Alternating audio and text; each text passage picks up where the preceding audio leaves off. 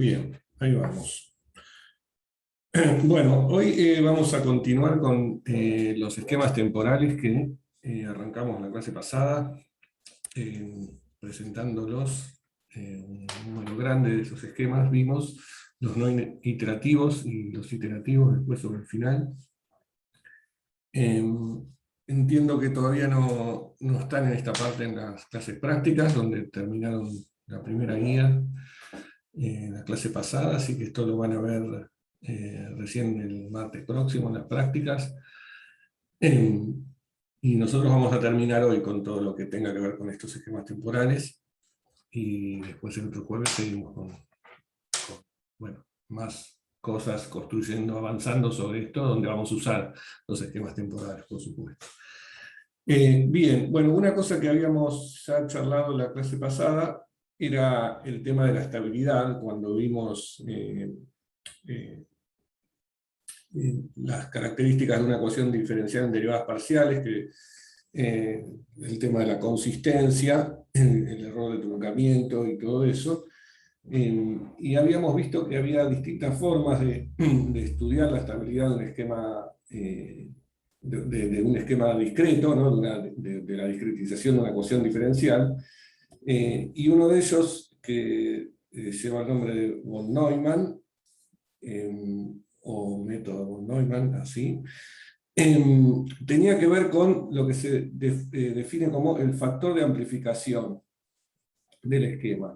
Entonces ahora vamos a estudiar eso específicamente para los esquemas temporales, que vimos después en la segunda mitad de la clase, en los esquemas temporales que se refieren a ecuaciones diferenciales ordinarias. Este tipo de estudio, después vamos a ver que también se puede hacer para ecuaciones diferenciales en derivadas parciales, porque de alguna forma al discretizar las ecuaciones en derivadas parciales, la parte espacial discretizada pasa a ser vista como un sistema de ecuaciones diferenciales ordinarias. Entonces, si entendemos una ecuación diferencial ordinaria básica, y cómo estudiar la estabilidad de eso, vamos a ver cómo se puede extender a ecuaciones en derivadas parciales discretas, ¿no? Cuando uno las discretiza. El factor de amplificación se definía como el cociente, bueno, si estábamos en una ecuación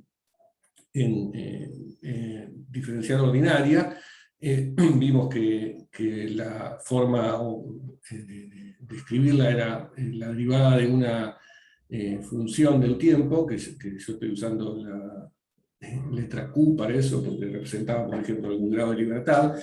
De Q a dt es igual a una función de Q y el tiempo, uno va iterando esa Q en el tiempo cuando discretiza el tiempo, eso es lo que vimos en la clase pasada, y puede definir el factor de amplificación como el cociente entre una iteración y la anterior, o sea, entre la iteración de la función en el paso n+1, o en el instante siguiente, y el instante en el que estoy.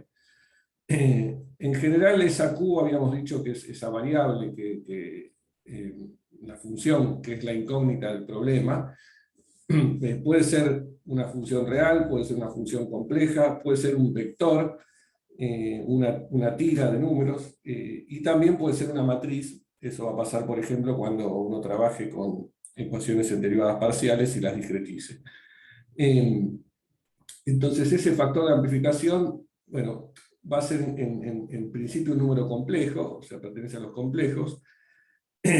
Si estoy trabajando con ecuaciones en derivadas parciales y las discreticé, en general esto va a ser la relación entre la iteración en el paso siguiente y en el paso en el que estoy, va a estar dada por una matriz.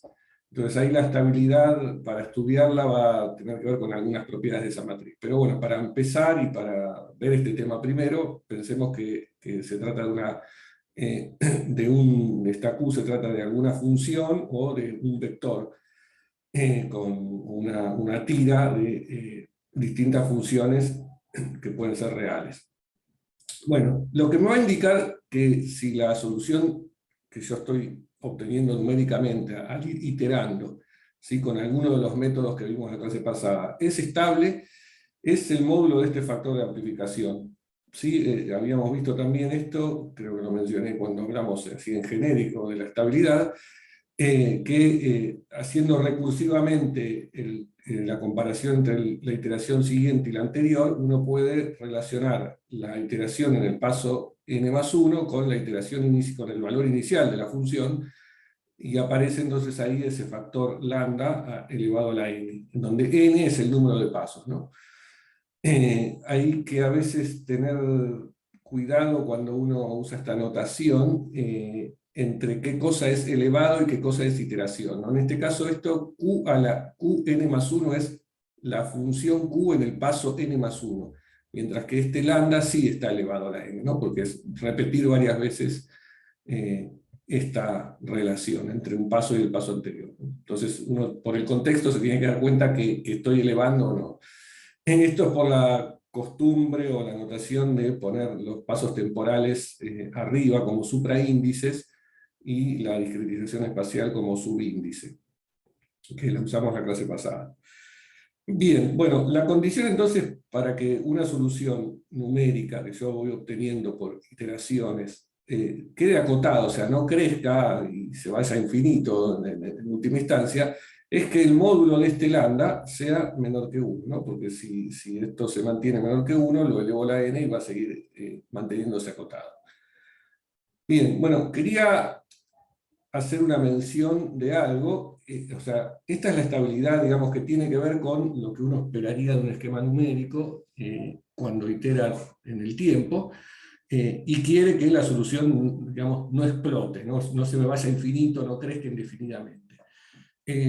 La estabilidad también puede analizarse desde otro punto de vista, que es ver que cuando uno achica el paso de tiempo, el esquema temporal también se mantenga acotado, ¿sí? Porque podría pasar que si yo achico el delta t y lo achico demasiado, el esquema numérico no me garantice que la solución se quede acotada. Bueno, ese tipo de estabilidad en realidad están vinculadas las dos estabilidades. Eso está discutido bastante extensamente en el libro de Trefethen, que yo ya mencioné varias veces, en particular este es el capítulo 1, y el tipo esta de estabilidad que tiene que ver con la... que tiene que estar vinculado además con la convergencia de la solución, cuando achico el paso de tiempo y lo hago tender a cero, bueno, como dije, eso está discutido en el libro de Trefethen. Yo no voy a meterme con eso, porque ahí, si bien es matemática que ustedes posiblemente conocen, porque involucra análisis complejo, pero nada, ya es demasiado irse a la matemática. Es interesante, igual yo al que le gusten estas cosas, le recomiendo que si se anima, que lo lea. Hay teoremas sobre ese tipo de estabilidad. Una cuestión interesante de la estabilidad, o sea, lo que analiza o lo que discute Trefethen en este capítulo es la estabilidad de los métodos que vimos la clase pasada, que son los métodos llamados multipaso. Bueno, y resulta que como cuando uno hace tender el delta t a cero, no sé si recuerdan en esos métodos, teníamos planteada una igualdad entre combinación lineal de los valores de la función incógnita en distintos instantes del tiempo, y del lado derecho los valores de la ecuación diferencial en distintos instantes también. Bueno, como el delta t tiende a cero, la estabilidad desde ese punto de vista se puede analizar independientemente de la función que tengo del lado derecho. A ver, si acá tengo esto, claro. La estabilidad relacionada con tender el delta t a cero se puede analizar de forma independiente de esta f que uno tiene del lado, bueno, acá la tengo del lado izquierdo, pero sería como la tenemos escrita antes del lado derecho. Es decir, es independiente de la función, o básicamente de la ecuación diferencial en sí. Nada, eso es bastante interesante, o sea, porque aplica simplemente al método con el cual uno discretiza la derivada temporal. Hay un teorema relacionado con eso que se llama el teorema de Dahlquist, que fue un matemático sueco, acá está el link a su vida en la Wikipedia, Y ese teorema es muy importante desde el punto de vista del estudio de las ecuaciones diferenciales ordinarias. Lo que nosotros en algún momento después vamos a mencionar es un teorema similar que se aplica a las ecuaciones en derivadas parciales, que es debido a otro matemático llamado Lax. Pero bueno, nada, este comentario era para aquellos que quieren ahondar un poco más en estos temas. Yo no sé si esto, quienes hayan hecho cálculo numérico lo hayan visto de esta forma, posiblemente no, porque, como dije, requiere un poquito de análisis complejo y involucra definir un polinomio en el espacio complejo y encontrar los ceros de ese polinomio. Bueno, nada, está bueno porque todo ese tema de análisis complejo tiene, es interesante a que le gusta un poco de esa matemática, ¿no? Bien, bueno, como dije, entonces después, en el mismo libro de Trefethen, sobre la segunda parte de este capítulo, discute la estabilidad, que es la que nosotros vamos a mirar ahora, que es la que tiene que ver con las iteraciones. Y ahí sí, o sea, que la solución no crezca a medida que yo voy iterando, ¿sí? En ese caso el delta t es finito, o sea, no lo hago tender a cero, lo dejo finito, y lo que estudio es lo que dije antes, ¿no? A medida que avanzo en el tiempo, que avanzo con el n, el índice que me marca las iteraciones, que la solución se mantenga acotada. Existe un vínculo entre los dos tipos de estabilidades que se puede establecer en forma formal para funciones f de este lado que sean lineales. Así hay también alguna especie de demostración en la que las dos estabilidades son equivalentes.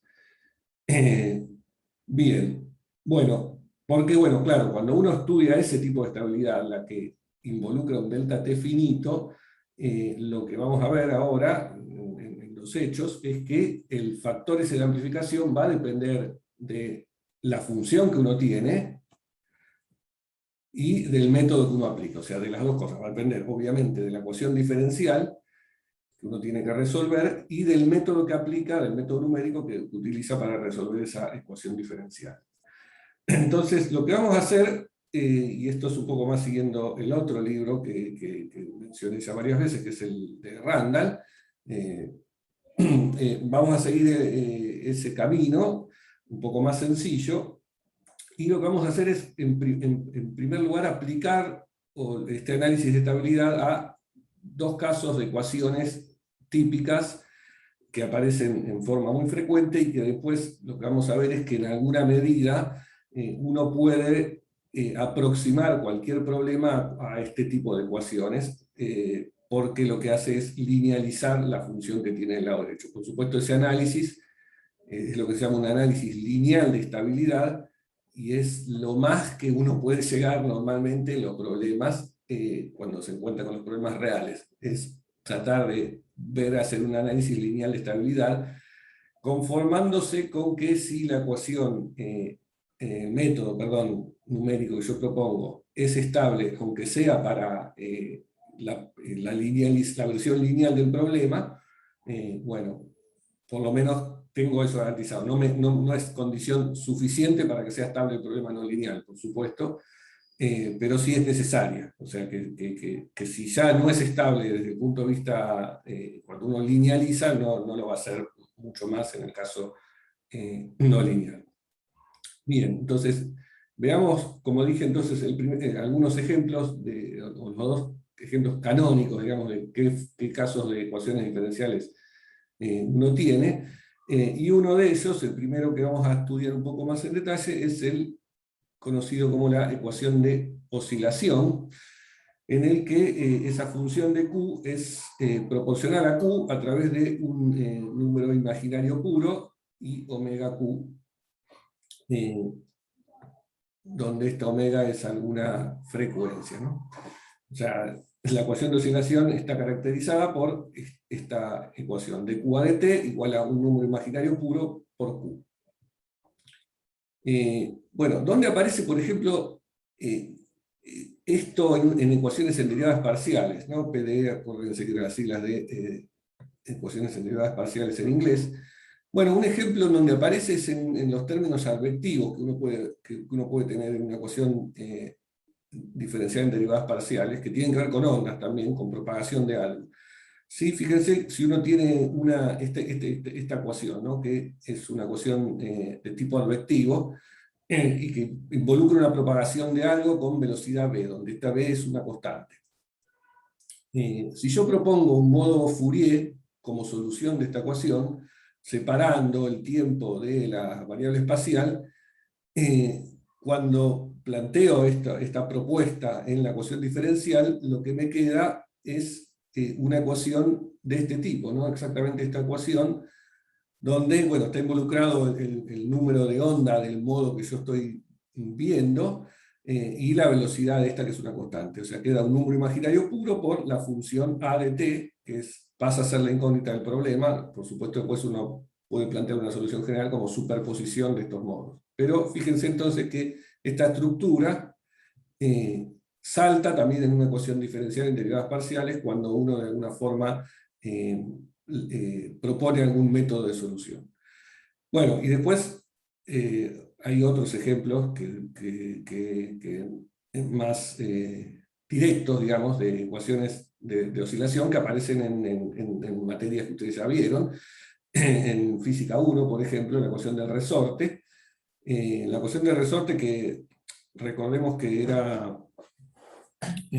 es una ecuación de segundo orden, sí, involucra la ecuación de Newton aplicada a un resorte de constante elástica K, involucraba la derivada segunda de la posición respecto al tiempo, proporcional a la posición, pero como vimos en general, una ecuación de segundo orden se puede transformar en un sistema de ecuaciones de primer orden, simplemente definiendo una nueva variable. En este caso la nueva variable es algo físico, es la velocidad, y reescribiendo la ecuación de resorte de esta forma, ¿sí? La derivada de la posición es la velocidad, la derivada de la velocidad es la aceleración, que en este caso está dado por la fuerza elástica restitutiva. Uno puede, en este caso, por ejemplo, definir esta función Q, que es una función compleja, que sería una combinación de la parte espacial y la parte de la velocidad, perdón, de la parte de la posición y la parte de la velocidad, donde esta omega también la defino como la raíz de K sobre M, que sabemos después que es la frecuencia de oscilación del resorte, escrito haciendo llamando a esta variable Q de esta forma. Es fácil darse cuenta que se cumple que la derivada de Q respecto al tiempo es I omega por Q, donde omega, como dije, es esta raíz. ¿Sí? O sea que la ecuación de resorte es un ejemplo de esta ecuación de oscilación, donde Q es esta variable compleja. Bien. Bueno, esto que dije así rápido, lo había mencionado antes también, ¿no? Lo de una ecuación de segundo orden, convertirla en un sistema de ecuaciones de primer orden, es lo que uno hace en mecánica clásica cuando pasa de la descripción lagrangiana a la hamiltoniana. Bueno, otro caso interesante en donde uno llega a una ecuación de este tipo, que es la ecuación de oscilación, es el caso de rotación, que por ejemplo en física lo vemos o lo estudiamos cuando aprendimos cómo se comporta una partícula cargada en un campo magnético uniforme. Yo tiendo a traer a veces ejemplos de F3 porque di esa materia varias veces, y capaz que alguno de ustedes cursó conmigo esa materia, así que se acordarán.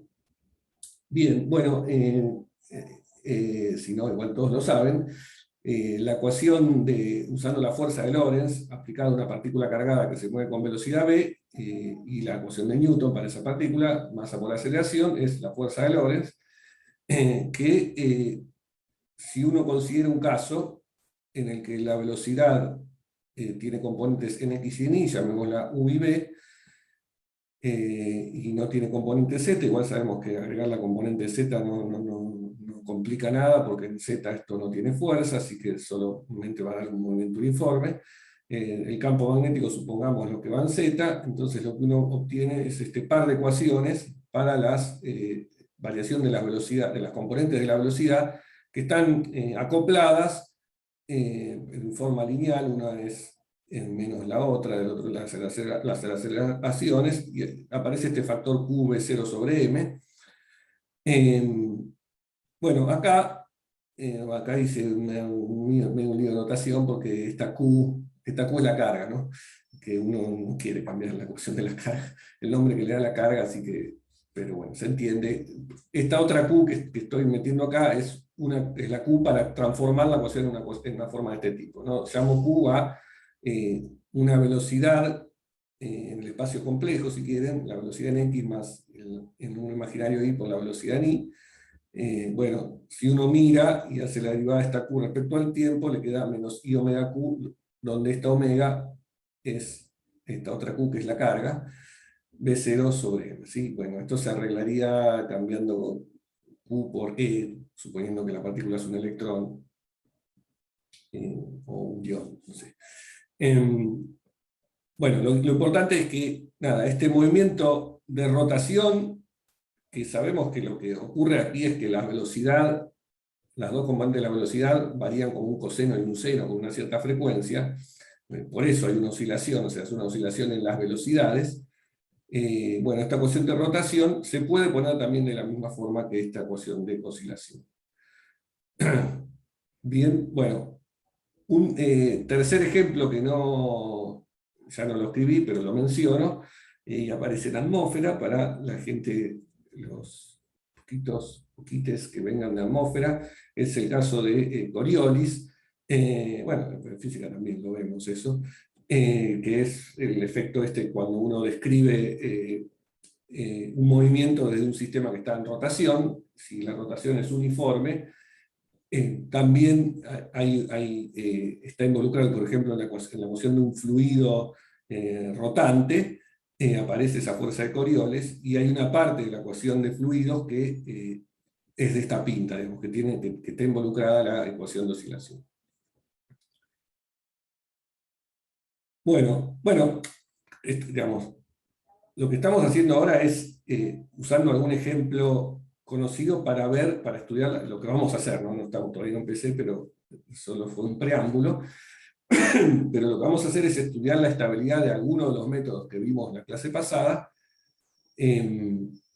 aplicados a esta ecuación de oscilación. En verdad, esta ecuación, más que nada para aprender un poco cómo se hace esto, y ver cómo después uno tendría que hacerlo en un caso más complicado donde está FC otra cosa. La ventaja que tiene usar la ecuación de oscilación es que sabemos la solución exacta de eso, y entonces eso nos va a permitir, digamos, comparar la bondad de los métodos contra la solución exacta, ¿no? La solución exacta de ese problema, todos saben que involucra una exponencial compleja con esta omega, que es el factor que aparece en la ecuación diferencial. Sí, o sea, la derivada de una función, su derivada sea proporcional a la función misma, significa que la función es una exponencial, en este caso en el tiempo. Eso quiere decir que esta sería la solución general de esa ecuación, donde QAT igual a 0 es Q0, es la condición inicial, que, bueno, me olvidé de decir, pero uno siempre tiene alguna condición inicial, para encontrar la única solución que está buscando de la ecuación, en este caso de oscilación. Fíjese que, bueno, acá hay cuando hablo acá de una única condición inicial, uno dice, no, pero con los problemas de resorte o este otro problema, hay dos condiciones iniciales que uno necesita sobre la posición y la velocidad. Bueno, claro, pero Q, como Q es una variable compuesta, una condición sobre Q significa una condición sobre la posición y otra sobre la velocidad, ¿no? Bueno, entonces venía por acá.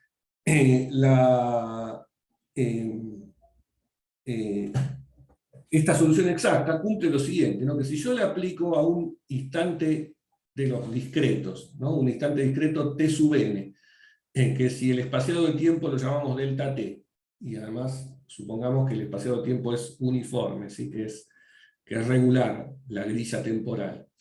Entonces el instante tn es n por delta t. Bueno, aplicando esta ecuación, esta solución exacta, el valor de la función en el instante n por delta t es q0 por e a la i omega n por delta t.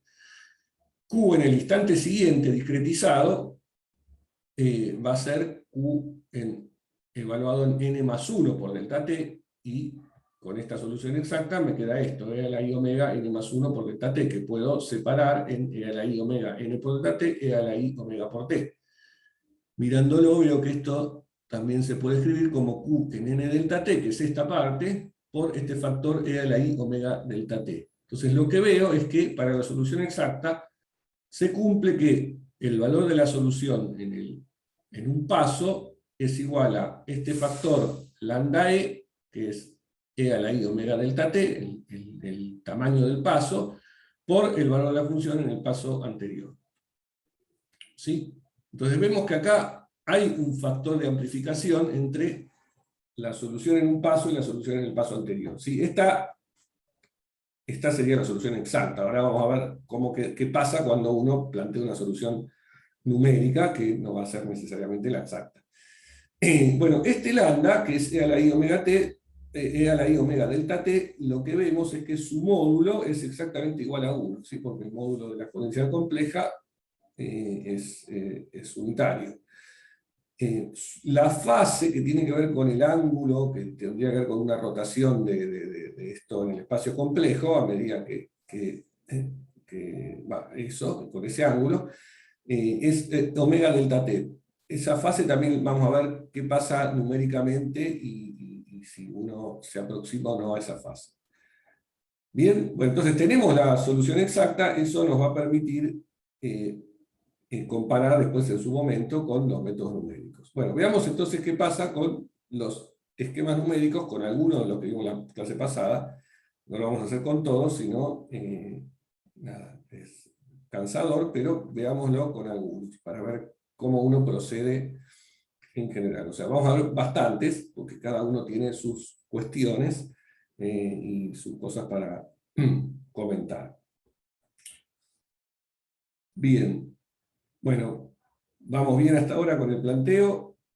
O por ahí, bueno, entiendo que no hay ninguna duda, si no, me detienen, ¿no? Porque yo a veces hablo, y si no me detienen, no.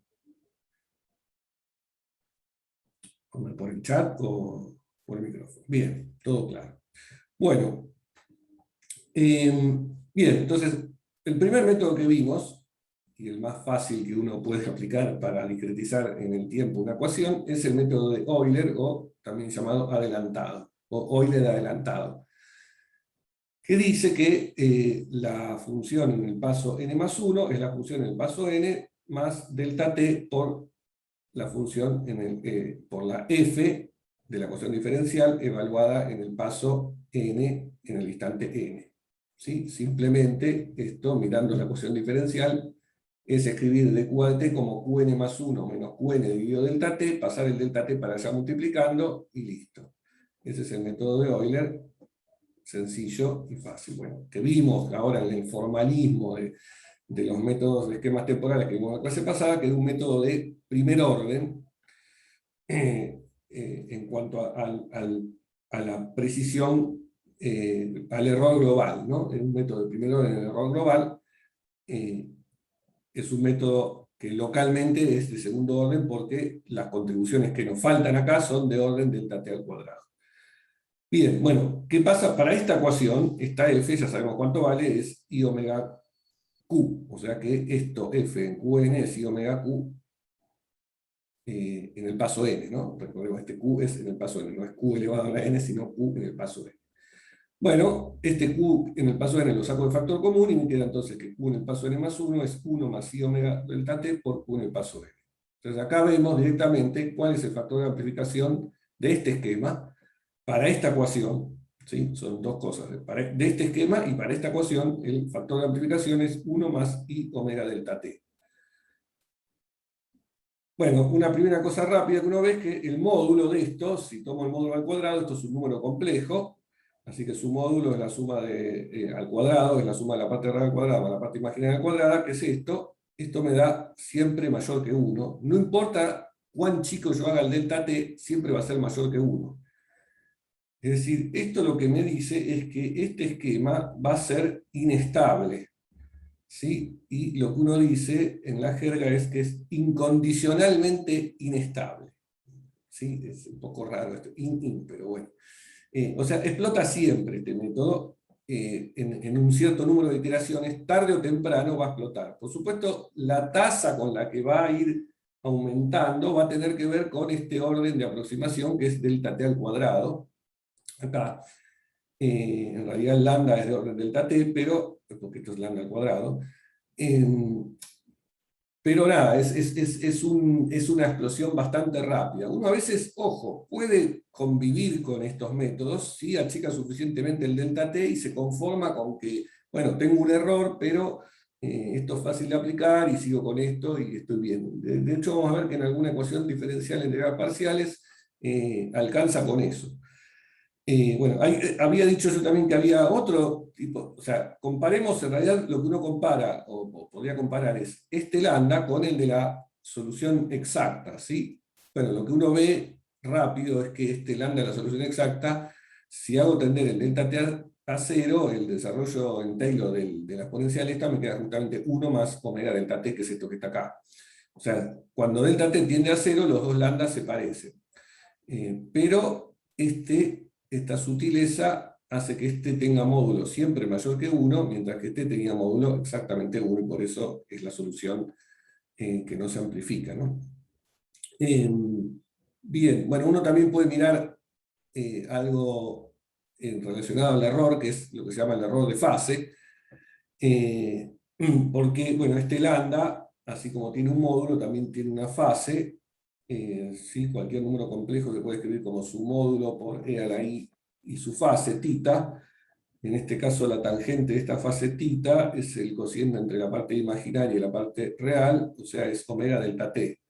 De nuevo, acá uno ve que si hace tender el delta t a 0, esto es chico, y la tangente de tita se parece a tita, entonces tita se parece a omega delta t, o sea que la fase se parece a la fase exacta de la solución exacta. Bien, bueno, ahora cuando cuente un poquito otros métodos, lo que voy a mostrarles es algún programita para ver esto en la práctica.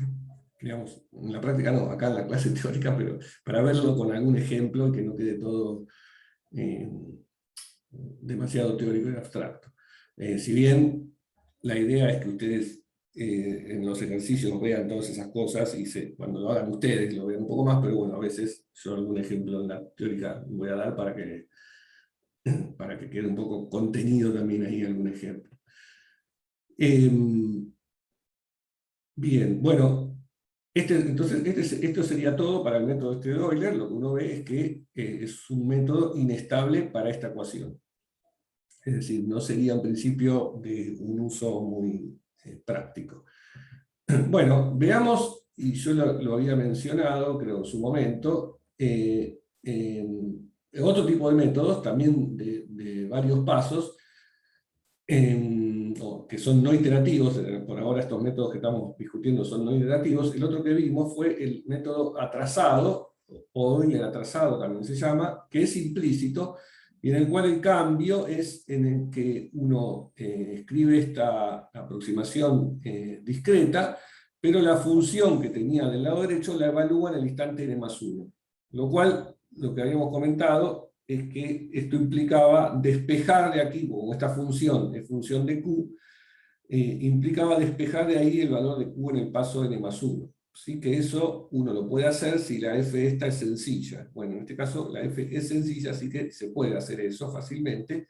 La f es i omega q, o sea que aplicado esto a esta función f, obtengo esto, y acá puedo despejar q en el paso n+1 como 1 dividido 1 menos i omega delta t por q a la n. Bien, bueno, y como acá está escrito, lo que uno puede ver, este es el lambda entonces, el factor de amplificación para este método, para el esquema trazado, es esto. Su módulo esto es un número complejo que está acá abajo, el módulo es 1 dividido la raíz cuadrada de esto, que es algo que es siempre menor que 1. Entonces lo que uno dice es que este método es incondicionalmente estable. ¿Sí? Cualquiera sea el delta t que elijo, por más que sea un delta t enorme, el cual me va a dar errores de precisión muy grandes. pero la solución no va a crecer indefinidamente, se va a mantener acotada. ¿Sí? Es decir, es un método entonces bueno en ese sentido. Por supuesto, ese método lo que incluye es un amortiguamiento, porque al tener este factor acá, que siempre es menor que 1, la solución se va como achicando, digamos, y no da la oscilación que debería dar. Vamos a ver también en algún ejemplo ahora numérico, cuando les muestre este programita que hice para ilustrar esto, que eso es efectivamente lo que pasa.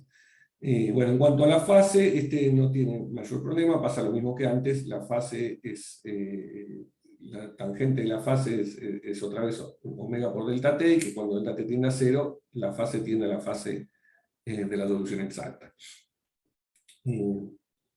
Bien. Bueno, esto es algo bastante general, digamos. O sea, lo que vimos hasta ahora dos métodos. El método explícito de Euler resultó inestable. El método implícito resultó estable. O sea, los métodos implícitos tienen esa ventaja y esa particularidad. Son métodos que en general permiten lograr estabilidad. Entonces, por eso son a veces bastante usados. Por supuesto, la limitación es que hay que despejar la Q en el paso siguiente de alguna ecuación. Lo que se hace a veces, muchas veces hay ecuaciones, en particular en derivadas parciales, que tienen varios términos. En algún término que sea lineal, y que por ejemplo tenga que ver con alguna parte oscilatoria, se usa para esa parte de la ecuación un método implícito, para las otras partes no, pero bueno, se hace una especie de cosa híbrida o bimodal, que es una palabrita que ahora, dos palabritas que ahora están utilizadas mucho en otros contextos.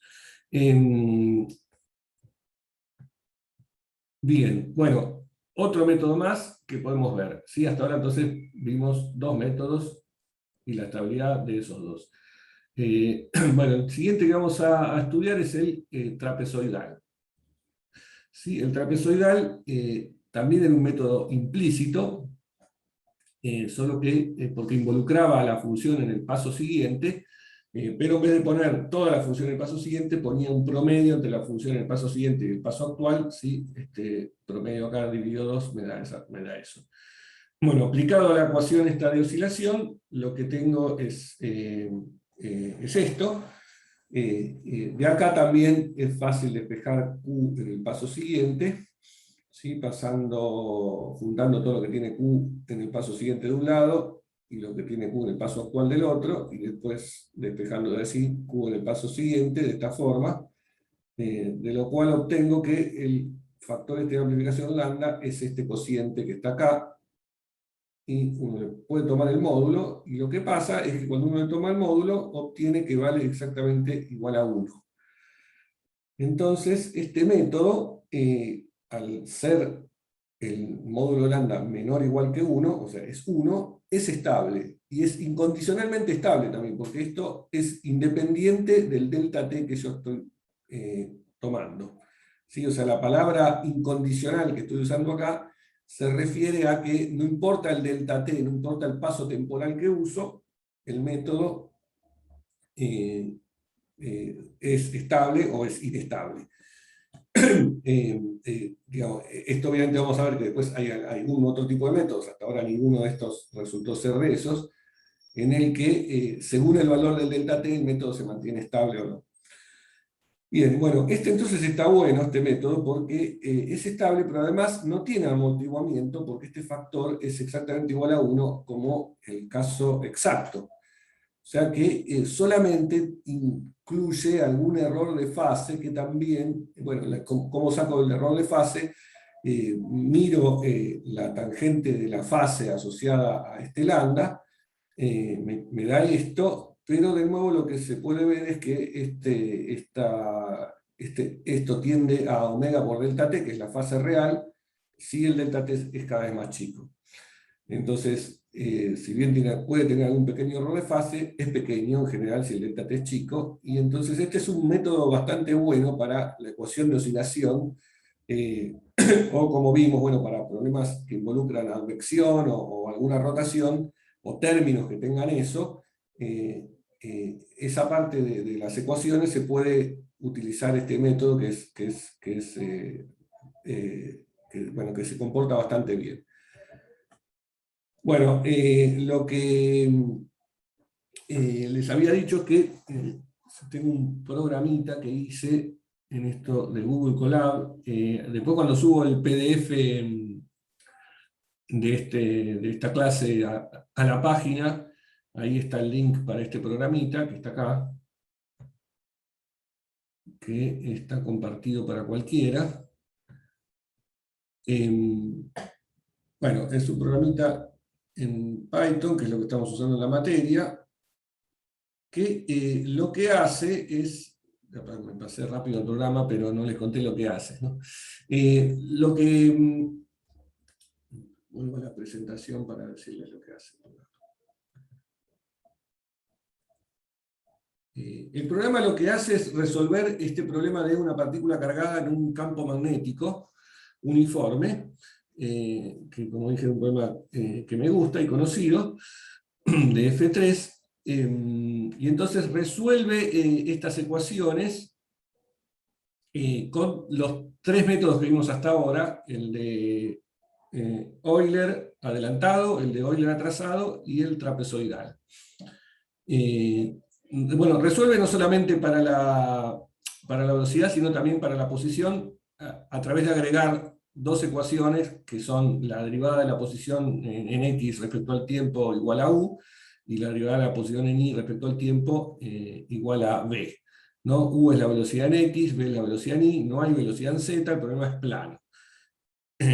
Como les había dicho, si uno agrega la velocidad en Z, el problema se vuelve 3D, pero lo que da, si se acuerdan, es esas hélices, la partícula girando alrededor de la línea de campo, ¿no? Bueno, todo eso uno lo puede hacer también numéricamente. Ups, ¿dónde me fui? Acá está el programita. Bien, bueno, entonces lo que decía básicamente es eso, lo único que nos importa más allá de cómo está programado y todo eso, que yo le virlé a Mauro algún ejemplo que él puso en sus apuntes, pero lo adapté para estas ecuaciones. Nada, yo no me quiero detener en la programación, porque eso aparte es cosas que van a ver mejor en las prácticas, pero sí en lo que pasa, digamos, en los resultados, porque acá estamos mirando un poco más la teoría, ¿no? Bien, bueno, lo que uno obtiene, entonces acá hay un par de variables que uno puede ajustar, que son el delta t, que es el paso temporal, y el número de iteraciones que voy a hacer, o en este caso el tiempo final hasta el cual voy a integrar. Bueno, entonces integro, en este caso puse yo estos valores, ¿no? Un tiempo final de 10 y un paso temporal de 0,1. Después hay otra variable que influye en el resultado, que es la frecuencia. Acá le puse una frecuencia de 1/2, o sea que el periodo es 2. Nada, esto lo corro y tarda, no sé por qué.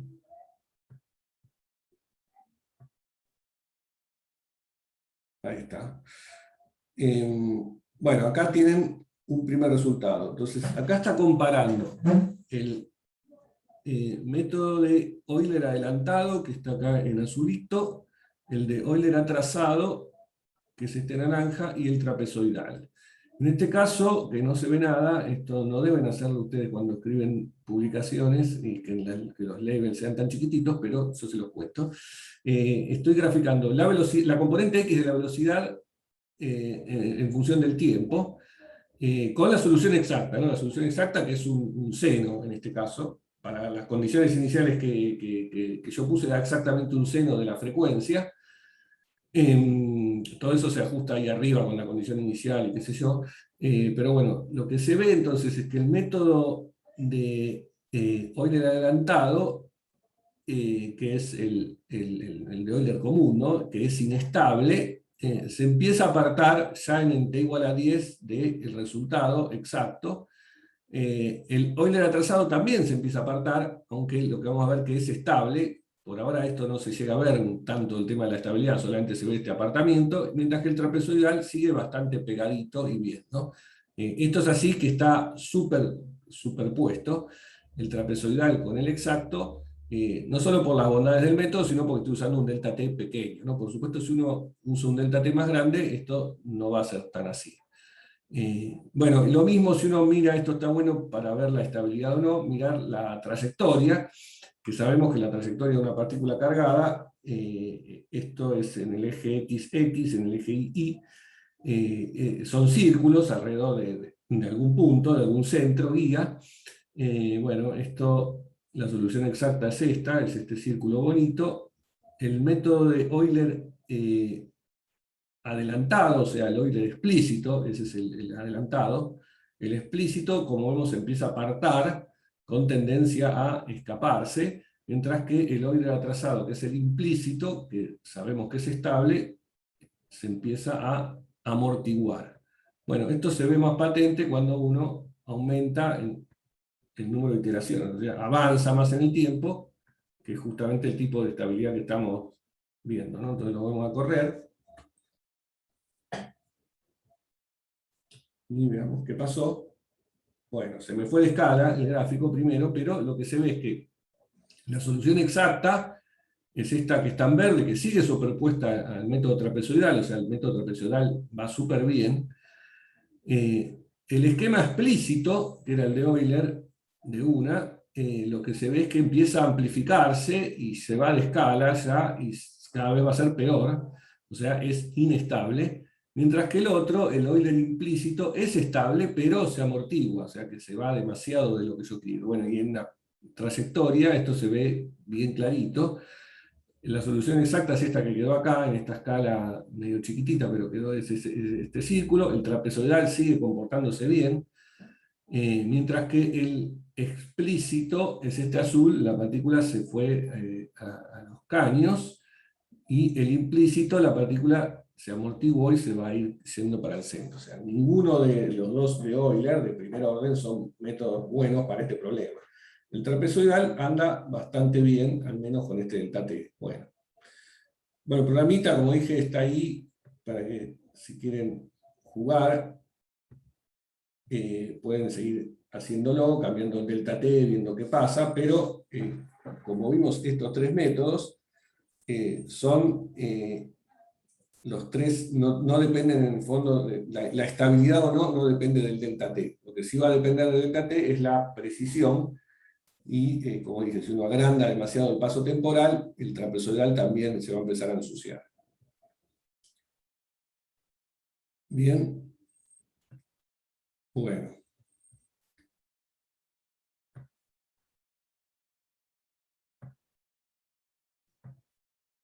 Volvemos a la presentación.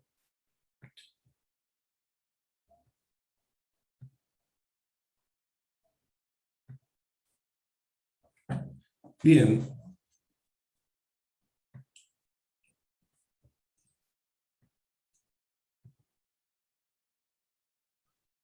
Bueno, este ya lo vimos, el trapezoidal. Bueno, veamos más métodos.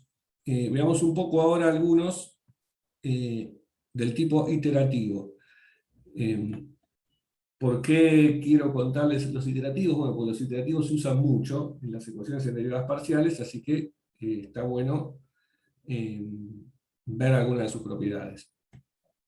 Bueno, uno de los iterativos que vimos era el de Matsuno, fue el primer iterativo, en realidad, que es de orden delta t global, que consistía, ¿se acuerdan que lo que uno hacía en un método iterativo era hacer una especie de predicción, ¿sí? Que era este valor de Q en el instante n más 1 estrella, usando, acá en este caso, para este método más 1, usando Euler, y después una corrección en el paso, finalmente, que uno toma como el paso siguiente, donde la función la evalúa en este paso intermedio o predictor. ¿Sí? Este es el paso predictor, este sería el paso corrector. Bueno, ¿cómo queda esto para la ecuación de oscilación, que es esta que estamos estudiando ahora?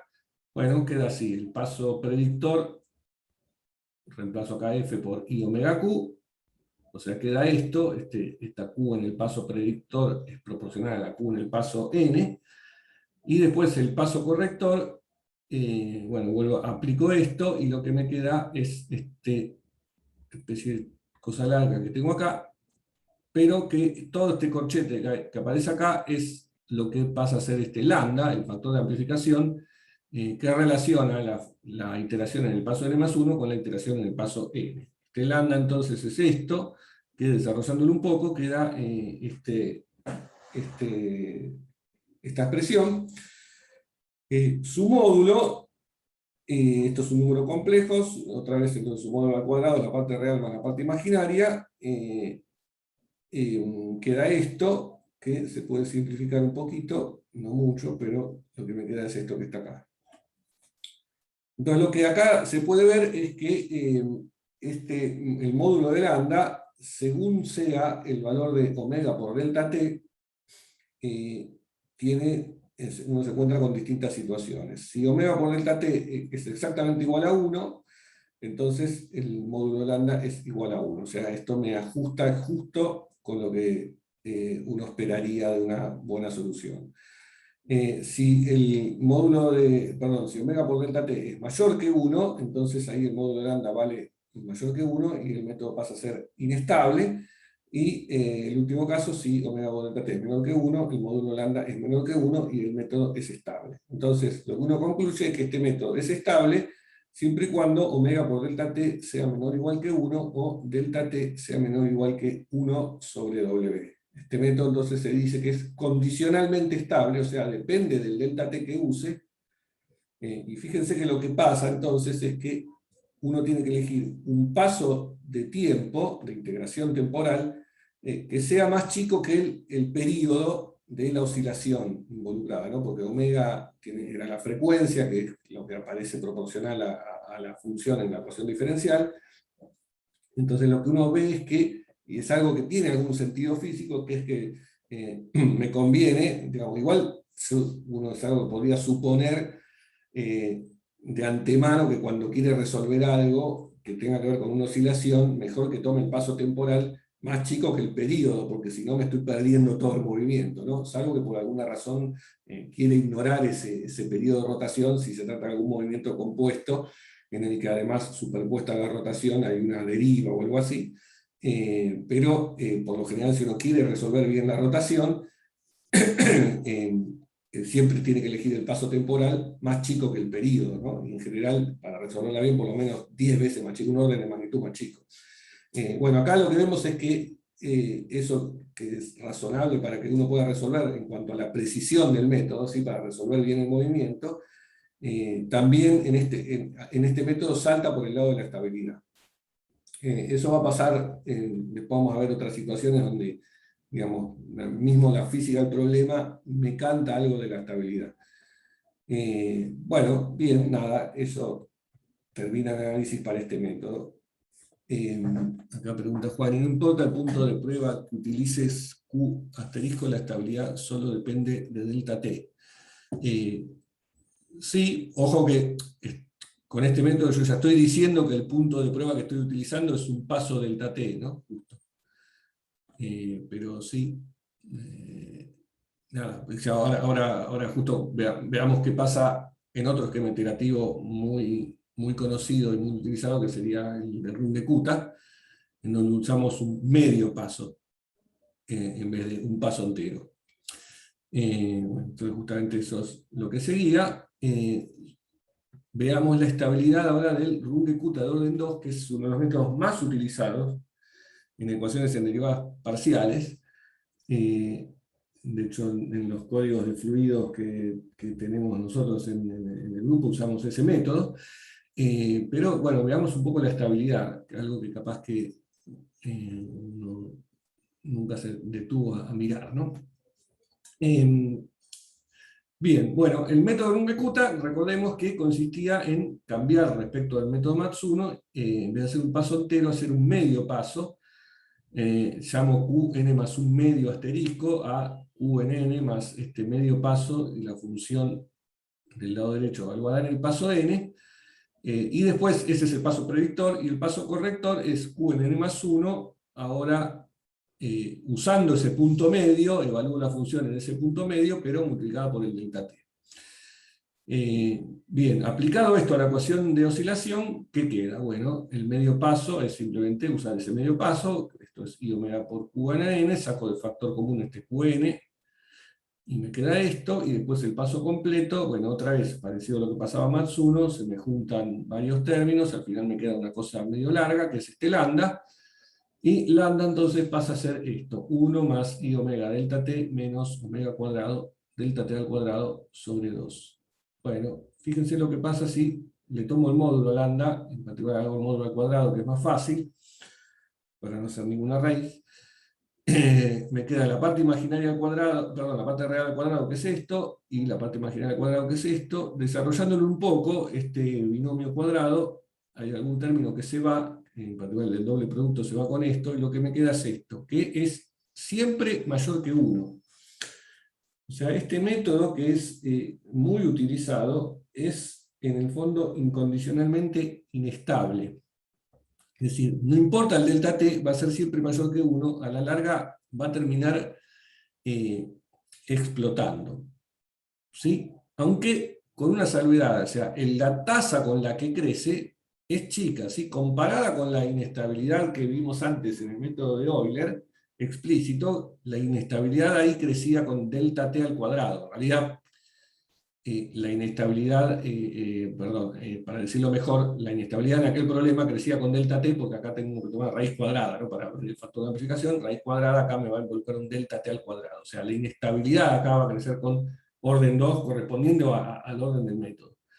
Es decir, crece, pero se puede controlar. Digamos, eligiendo un delta t pequeño, uno la puede controlar. Más aún, en general, este tipo de, en la práctica, cuando uno resuelve algún problema numérico, hay siempre en las ecuaciones hay algún término de tipo difusivo, que es un término que tiende a disipar. Entonces, por más que haya una inestabilidad por un lado de la ecuación, que podría venir por el lado de la parte oscilatoria, la parte difusiva, que sería como una viscosidad, digamos, o en la ecuación del resorte como un rozamiento, me va a amortiguar esa inestabilidad. Es decir, que por eso uno puede convivir con este método. Porque por un lado, no crece tanto la inestabilidad, o sea, la puedo controlar achicando suficientemente el delta t, y por otro lado, los términos difusivos, que en general que siempre están,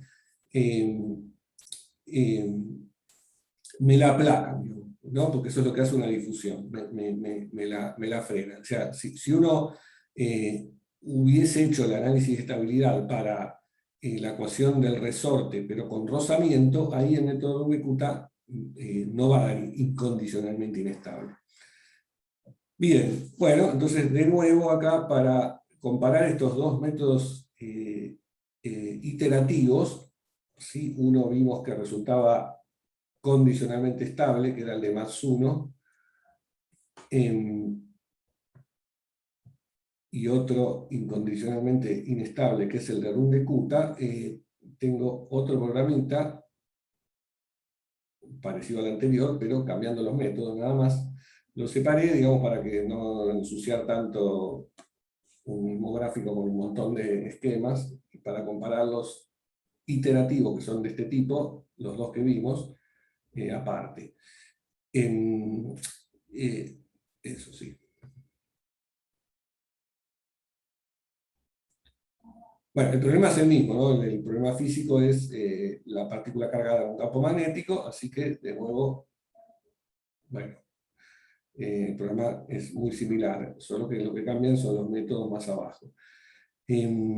Acá de nuevo elijo el paso temporal, la frecuencia y el número de, o hasta el instante hasta el cual voy a iterar. Bueno, fíjate, la vez pasada, digamos, en el ejemplo pasado no me detuve acá, pero ahora sí, les quería mostrar un poquito. Acá está un poco metido el método. En este es en el Matsuno, este UP sería el paso predictor que uno hace, y este U mat de +1 el corrector. Bueno, nada. Bien, bueno, este ejemplo que yo ya corrí con t igual a 10, lo que da es esto que está aquí. Entonces, como vemos, el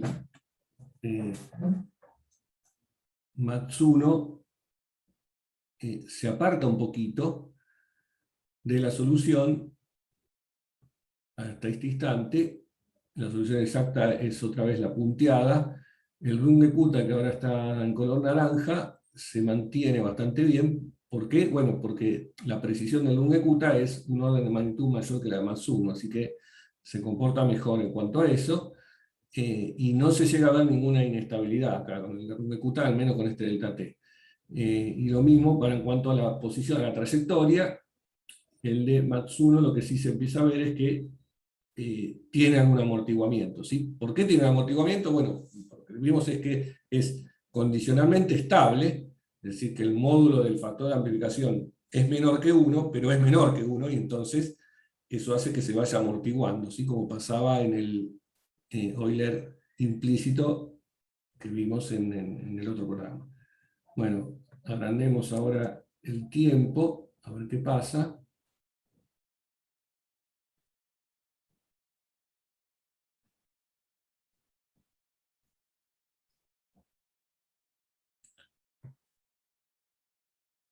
Bueno, nada, lo que se ve es el efecto amortiguado del Matsuno, ¿sí? Eso sí se llega a ver, se ve que el Matsuno se va amortiguando, eso es como dije recién, porque el factor de amplificación es menor que 1, su módulo, y la trayectoria se va mandando para adentro.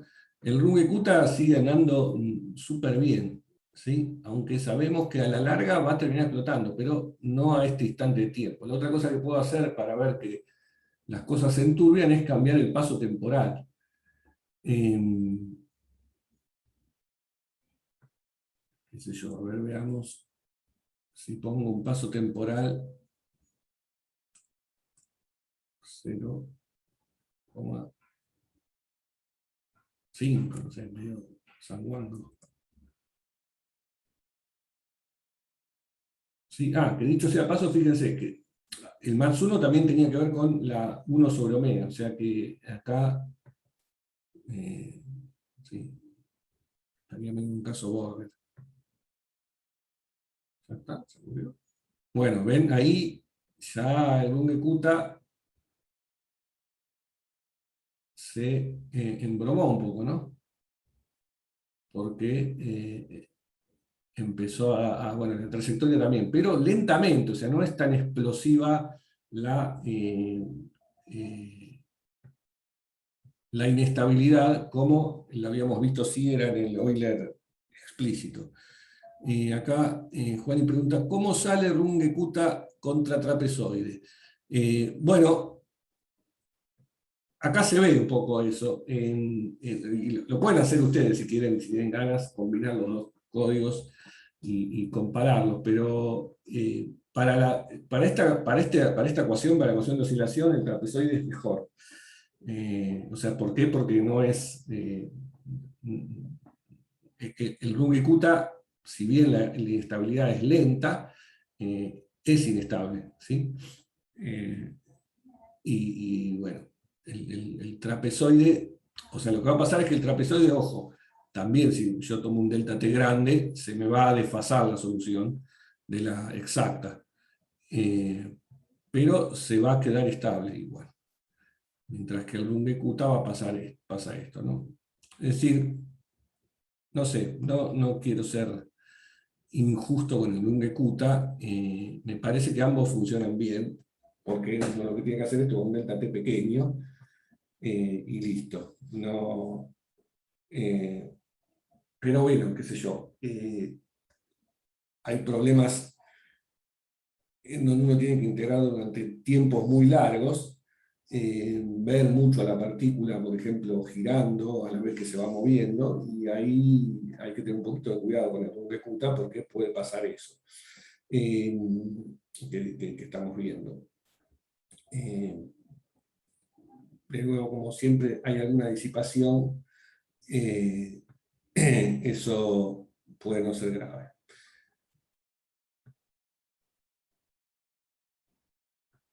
Una pregunta. Sí. Ah, eh, que había funcionado muy bien el trapezoidal que tenía módulo 1. Ujú. Y me preguntaba si que tenía módulo 1 quería decir que nunca iba a como irse, digamos, para adentro o ser inestable para afuera, digamos, no sé si. Y no, Eh, no va a ir ni para adentro ni para afuera, lo que pasa es que se puede desfasar. Ahí claro. en el gráfico de trayectoria eso no se ve bien porque la trayectoria es siempre por el mismo lugar. Hmm, Y entonces, pero, qué sé yo, si uno hiciera una película de la partícula moviéndose y compara la solución exacta con la real, la exacta, perdón, con la del trapezoide, vas a ver que la partícula numérica, si querés, hmm. se atrasa un poquito, una cosa así. En el gráfico de velocidad sí se puede ver eso. Genial. Ya eso va a pasar así. Sí, perfecto. Gracias. Bien. Eh, sí, eso, hacer películas, no llego a eso con, con Python, pero se puede, me imagino. Em, bien, bueno. em, bueno, veamos un poquito más de algunas cosas. Em, Hay otro método que vimos en la clase pasada, otro esquema temporal, que era el salto de rana, o leapfrog en inglés, eh, que nada, lo menciono porque un poco hay que contarlo, pero eh, porque es un método que a veces se usa, eh, pero no sé bien por qué se usa a veces, porque en general en los problemas que uno trata, sobre todo en fluidos, eh,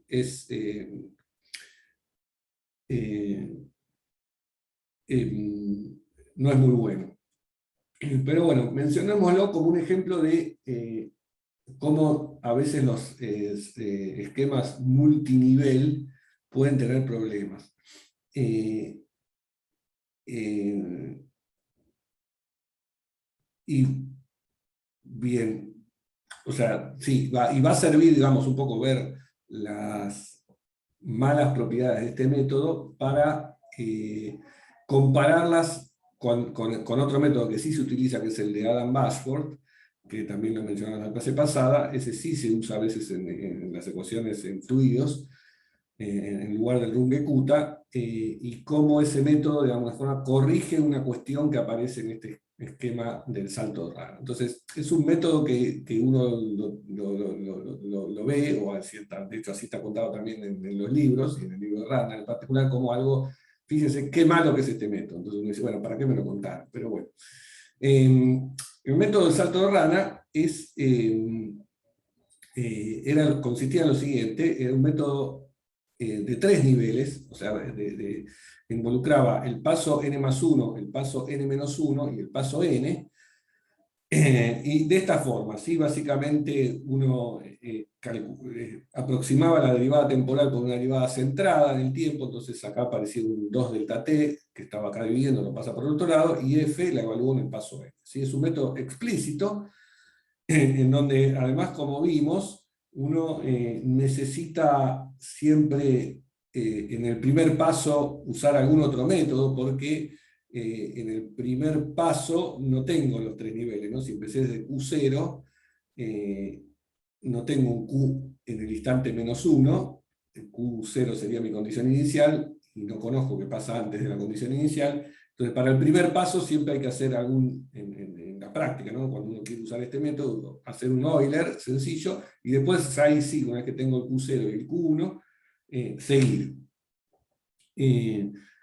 Bien, bueno, fíjense que entonces para esta ecuación, para la ecuación de oscilación que estamos viendo ahora, la F era I omega Q, o sea que queda esto, que está escrito acá, ¿no?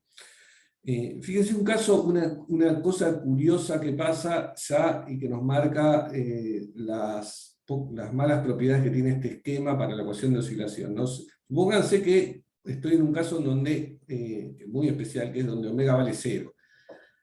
¿Sí? O sea, no hay oscilación, directamente de Q de T es 0, lo que significa que Q de T es constante. Bien, bueno, si yo aplico este método igual para esta cosa que no sé para qué lo querría aplicar, porque ya está, ya tengo la solución, pero supóngase que yo lo aplico, Q en el paso n más 1 menos Q en el paso n menos 1 sería igual a 0. Lo que veo es que la solución va a depender no solo del valor inicial en Q0, sino del valor en Q1, ¿sí? Como habíamos dicho antes. Y supónganse que Q1, por algún motivo, que yo lo elijo así, es distinta de Q0. Entonces lo que me va a dar este método es que en los pasos pares tengo un valor y en los pasos impares tengo otro valor, ¿sí? Entonces lo que veo es que esto me daría una especie de oscilación espuria que no ocurre en el problema real, obviamente, ¿no? Bueno, esto, digamos, está contado así medio rápido, pero indica un problema que vamos a ver que va a saltar de este método. Bueno, entonces veamos un poco para ver por dónde salta ese problema mirando la estabilidad, ¿no? Para mirar la estabilidad, lo que hacemos es, como siempre, decir, bueno, el Q en el paso siguiente es el factor de amplificación por Q en el paso en el que estoy. Si hago una recursión y hago Q en el paso en el que estoy, sería lambda por Q en el paso anterior. Eso significa que Q en el paso n más 1 es lambda al cuadrado por Q en el paso n menos 1. Hago esto porque acá en el método esto aparece n más 1 y n menos 1. Entonces, ahora reemplazo eso en el esquema numérico y lo que obtengo es esto que está escrito acá. Me queda todo multiplicado por Q en el paso n menos 1, ¿sí? Que lo saco de factor común y todo eso debe estar igualado a 0, o sea que lo que tiene que pasar con el factor este lambda es que satisface esta ecuación cuadrática compleja, ¿no? Con un término que es imaginario puro. Bueno, de ahí, entonces, de pedir esto, uno obtiene dos posibles valores para ese lambda, que son las raíces de esta ecuación, y que son estas dos, ¿no? La I omega más o menos la raíz de 1 menos omega cuadrado, donde omega es este producto omega por delta t. Bueno, fíjense entonces que hay dos posibles valores del factor de amplificación. Bueno, si delta t tiende a 0, este delta t que aparece acá en el factor este omegón, una de las raíces lambda 1 tiende a 1. Pero hay otra de las raíces que tiende a menos 1. Bueno, lo que uno dice entonces es que una de las raíces tiene que ver con la solución física, o la solución que se aproxima a la realidad del problema, en el que entonces la solución esa va a estar, digamos, dada por ese factor de amplificación que es el que tiende a 1, tiende al caso exacto, si el delta t tiende a 0. Mientras que el otro, si bien es estable porque tiende a menos 1, o sea, su módulo entonces va a ser 1, es una solución que no es la exacta, y entonces uno lo llama una solución espuria o computacional, ¿sí? Dándole una implicación mala a la palabra acá, computacional. Es una solución que contamina lo que yo después voy a obtener numéricamente.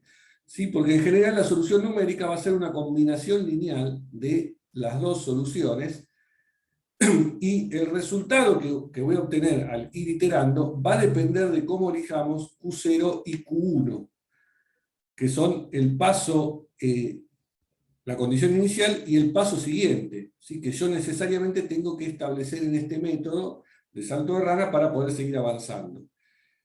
Y eso ya marca algo que es peligroso, ¿no? Que es que este esquema numérico es como que necesita dos condiciones iniciales, cuando sabemos que en realidad la ecuación diferencial exacta, que es de Cuba, que es de primer orden, ¿sí? Solo necesita una.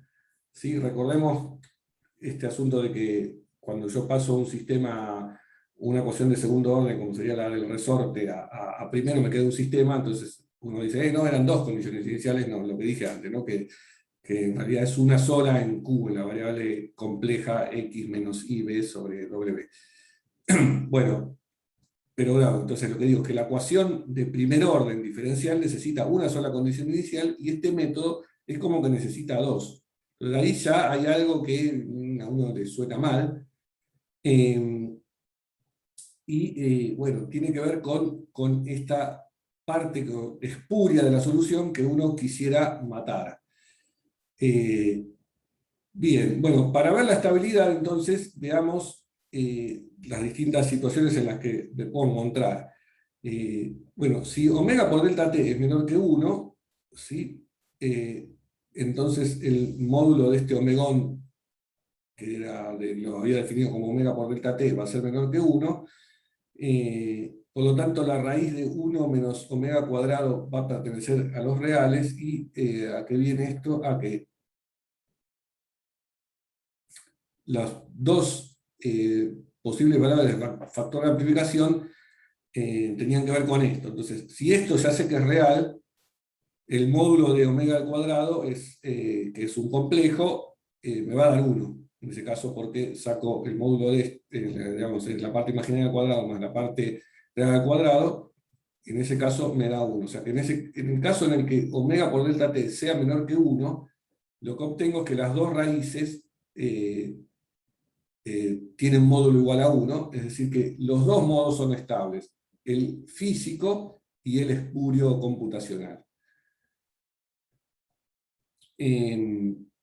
Entonces, no va a traer problemas en ese caso, este método desde el punto de vista de la inestabilidad, pero sí va a traer problemas feos desde el lado del desfasaje. ¿Sí? Uno eso lo puede ver un poquito más en detalle si se fija en la fase asociada a cada uno de los factores de amplificación. Al factor de amplificación 1, que es el que llamamos físico, la fase sale de acá, ¿no? Es el coseno de esta fase es raíz de 1 menos omega cuadrado, el seno es omega, mientras que para la otra solución la fase difiere en pi respecto a la otra, o sea, hay una relación entre las dos fases, y por lo tanto entonces ahí va a pasar que, por ejemplo, fíjese lo que pasa, ¿no? Que si delta t tiende a 0, la fase, omega, omegón, perdón, la fase de esta tita, omega es chico, eso es lo que dice, omegón es chico, y entonces tita, la fase se parece a omegón, que es la fase real, ¿no? Porque omegón era omega por delta t, es decir, que está bien, esta es la solución física, si delta t tiende a 0, pero la otra fase tiende a pi. ¿Sí? Entonces, nada, pasa esto que estaba ilustrado en este grafiquito que hice antes.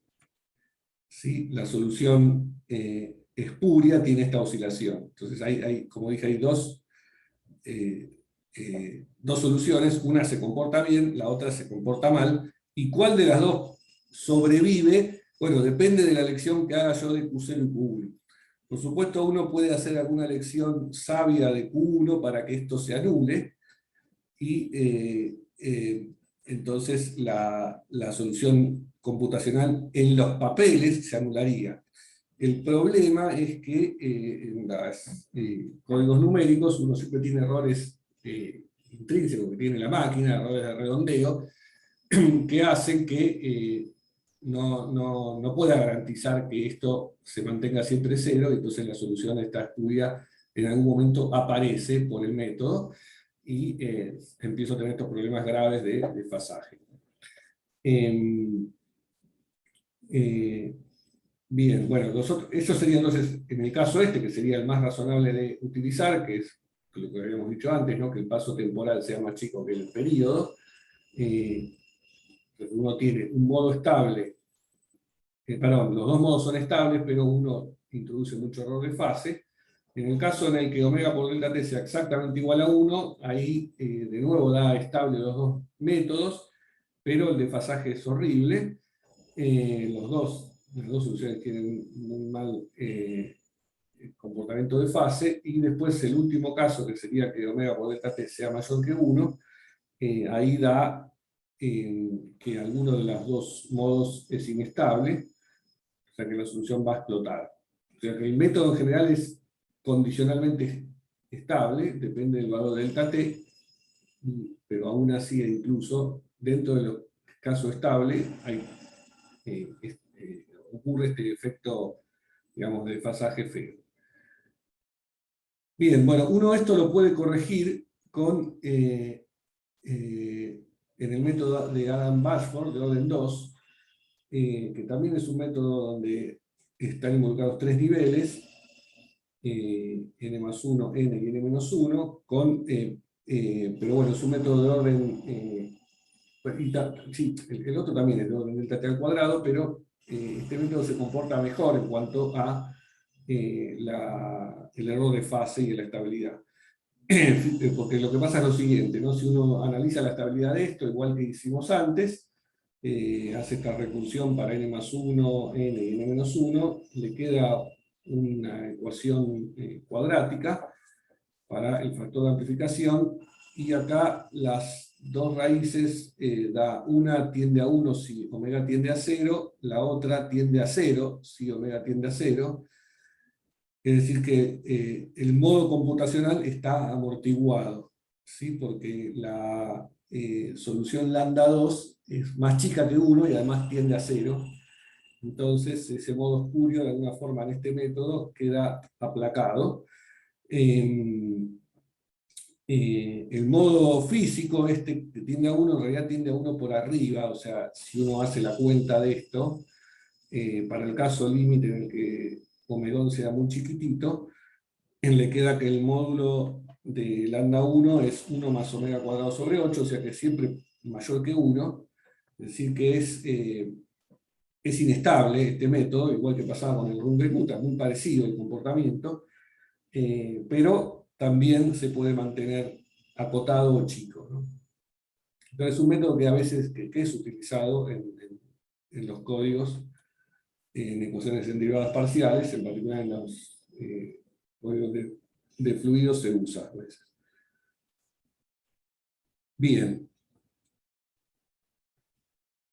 Bueno, no llegué a hacer un ejemplo con esto, un programita, pero creo que no. Nosotros tienen para divertirse si quieren jugar un rato. Bueno, sigamos un poquito más. Hoy no va a ser tan extensa la clase, así que vamos a terminar antes. Bien, pero bueno, avancemos un poco, así lo logramos. Bueno, entonces lo que vimos hasta ahora fue analizar la estabilidad de varios de los esquemas que vimos la clase pasada para la ecuación de oscilación. El otro ejemplo canónico es el de la ecuación de decaimiento, en donde la función de Q y el tiempo que tengo del lado derecho de la ecuación diferencial es también proporcional a Q, pero a través de una constante negativa, y uno lo puede poner de esta forma típica, que esta es una ecuación de decaimiento típica, de Q a de t igual a menos 1 sobre tau por Q, que sabemos que la solución exacta, bueno, acá está escrita ahí abajo, es una exponencial decreciente, donde esta tau es una constante positiva. Esta ecuación también aparece en varias partes de la física, en decaimiento radioactivo, por ejemplo, pero en un lugar donde aparece, que a mí también la conozco, es en los circuitos, por ejemplo, el circuito RL o en el circuito RC, la descarga de un capacitor. La carga de un capacitor se comporta de esta forma. En el caso del circuito RL, la corriente se comporta de esa forma. O sea, RL, ¿se acuerdan que es con una inductancia? Pero también, fíjense, esto es interesante, aparece en las ecuaciones en derivadas parciales, lo mismo que pasaba con la oscilatoria. En particular aparecen las ecuaciones de tipo parabólicas. ¿Sí? Recordemos que la ecuación parabólica era de este tipo. Esta es, de hecho, este tipo de ecuación es la que vamos a empezar a estudiar numéricamente más en detalle la clase próxima, la teórica próxima, el jueves. Bueno, acá también si uno propone un modo Fourier como solución de esta ecuación, y en realidad esta es la ecuación del calor, ¿no? Por ejemplo, o la ecuación de difusión. Y se puede resolver analíticamente en el caso de que haya periodicidad en la función a través de superposición de modo Fourier. Bueno, si uno se fija en un modo Fourier, lo que pasa entonces es que cuando reemplace esto acá, me queda esta ecuación que es exactamente de esta pinta, ¿sí? Donde la constante esta que aparece multiplicando a la función que tengo que averiguar es un número real negativo, ¿no? Donde esta capa, no sé, podría ser la difusividad térmica o algo así. Si esta phi es la temperatura. Bien, bueno, entonces como decía, esta ecuación diferencial ordinaria tiene solución exacta, que es esta, exponencial decreciente, con una condición inicial, q en t igual a 0 igual a q0, y de nuevo podemos ver que q en el paso tn, que es n por delta t, es q en 0 por e a la menos n por delta t sobre tau, y haciendo lo mismo que hicimos antes, comparando q en n más 1 delta t con q en n delta t, lo que se ve es que el factor de amplificación exacto es este e a la menos delta t sobre tau. O sea, tiene que ver con el paso temporal y con este tiempo tau característico asociado a la ecuación. Bien. Bueno, acá esta solución, digamos, es una solución de decaimiento, o sea que no va a haber, no es como en el caso oscilatorio donde uno quiere que se mantenga la oscilación y por eso la solución exacta es que el módulo del factor de amplificación sea igual a 1. O sea, acaba de caer. Pero aún así, uno puede encontrarse con métodos numéricos que por más que la ecuación sea de decaimiento, no respetan eso y la arruinan y dan una inestabilidad numérica, ¿sí? O sea, y acá hago una mención a esto, ¿no? Cuando estamos hablando acá de las inestabilidades, estamos refiriéndonos a las inestabilidades que vienen puramente del método numérico. Uno, de hecho, puede tener algunos problemas que físicamente tengan una inestabilidad, ya simplemente acá cambiando el signo de esto, yo sé que esto me da una exponencial creciente que representaría, por ejemplo, alguna inestabilidad, ¿no? Física. Sin embargo, lo que va a pasar ahí cuando uno aplica un método numérico es que la inestabilidad numérica le va a ganar a esa física seguramente, y es de esa de la cual nos estamos ocupando ahora. Bueno, por eso viene bien mirarlo en un ejemplo con la ecuación de decaimiento, porque uno sabe que ahí físicamente no hay ninguna explosión, y si hay alguna explosión en mi esquema numérico, vino de que mi esquema numérico no es muy adecuado para esa ecuación. Bien. Bueno, veamos rápidamente, o sea, no voy a hacer como en el caso anterior del oscilatorio todos los casos, pero veamos algunos para ver las características propias de esta ecuación. Por ejemplo, Euler, que es el más fácil, Euler se escribe así para la ecuación de decaimiento, Qn más 1 menos Qn, es la función, es delta t evaluado a la función en el paso n, que es esto. O sea que de acá puedo despejar Qn más 1 proporcional a Qn con este factor de proporcionalidad que entonces lo identificamos como el factor de amplificación. Lo que vemos nuevamente es que si delta t tiende a 0, el desarrollo en Taylor de esto es esto, hacía que estos dos lambda se parecen. Y bueno, en cuanto al módulo de lambda, nos planteamos, bueno, pedimos que sea menor o igual que 1 para que la solución numérica no diverja, no explote. Eso significa que este término 1 menos delta t sobre tau esté entre 1 y menos 1, o sea que delta t sobre tau esté entre 0 y 2, ¿sí? Pasando de un lado algunas cosas. Bueno, esta se caracteriza siempre, ¿no? El delta t es positivo, pero esta lo que vemos es que se cumple si el delta t es menor o igual que 2 tau. Es decir, que este método de Euler no se comporta tan mal como en el caso de la ecuación de oscilación, es lo que se dice condicionalmente estable, o sea, depende del valor de delta t que elija. En particular veo que tengo que elegir delta t que sean más chicos que el tiempo característico, lo cual también físicamente tiene sentido si yo quiero resolver esto numéricamente, y estoy estudiando, digamos, un transitorio justamente. El paso temporal que tengo que elegir para representar bien ese transitorio tiene que ser más chico que el tiempo característico del transitorio, ¿no? Bueno, por el lado de la estabilidad, lo vemos por ahí. Bueno, no tengo código para estos esquemas, eso lo pueden hacer ustedes si tienen ganas.